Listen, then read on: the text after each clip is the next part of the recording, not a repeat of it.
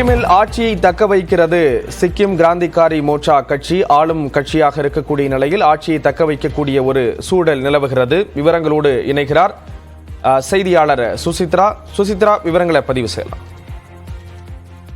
சிக்கிமுடைய சட்டப்பேரவை தேர்தலுக்கான அந்த தேர்தல் முடிவுகள் தற்பொழுது வெளியாகி வருகின்றன. அதன் அடிப்படையில் ஏற்கனவே அங்கு ஆட்சியில் இருந்திருக்கும் சிக்கிம் கிராந்திகாரி மோர்ச்சா அவனுடைய கட்சியானது மீண்டும் ஆட்சியை தக்க வைக்க உள்ளது. 32 இடங்களில் 31 இடங்களில் இந்த கட்சியானது தற்பொழுது முன்னிலை வகித்து பெருவாரியான இடங்களை பெற உள்ளது மிக முக்கியமாக பார்க்கப்படுகிறது.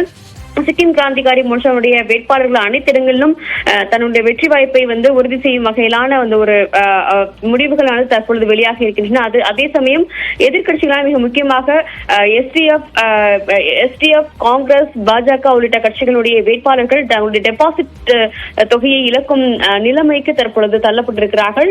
சிக்கிம் கிராந்திகாரி மோர்ச்சா தொடர்ந்து 3வது முறையாக தன்னுடைய ஆட்சியை அந்த மாநிலத்தில் தற்போது தக்க வைக்க உள்ளது மிக முக்கியமாக பார்க்கப்படுகிறது. அதனுடைய தலைவர் பிரேம் சிங் தமங் மீண்டும் முதல்வராக பொறுப்பேற்க உள்ளது மிக முக்கியமாக இந்த சமயத்தில் பார்க்கிறோம். சுமார் அதாவது ஏற்கனவே பெரும்பான்மைக்கு தேவையான பாதி அந்த அளவை அவர்கள் தாண்டி இருப்பதன் காரணமாக மீண்டும் சிக்கிம் கிராந்திகாரி மோர்ச்சாவே அந்த மாநிலத்தில் ஆட்சி அமைக்கும் என்ற ஒரு முடிவுகள் தற்பொழுது தெளிவாக வெளியாகின்றன. இருப்பினும் இறுதிக்கட்ட அந்த வாக்குகளை எண்ணும் பணிகள் தொடர்ந்து நடைபெற்று வருவது மிக முக்கியமாக இந்த சமயத்தில் பார்க்க வேண்டும்.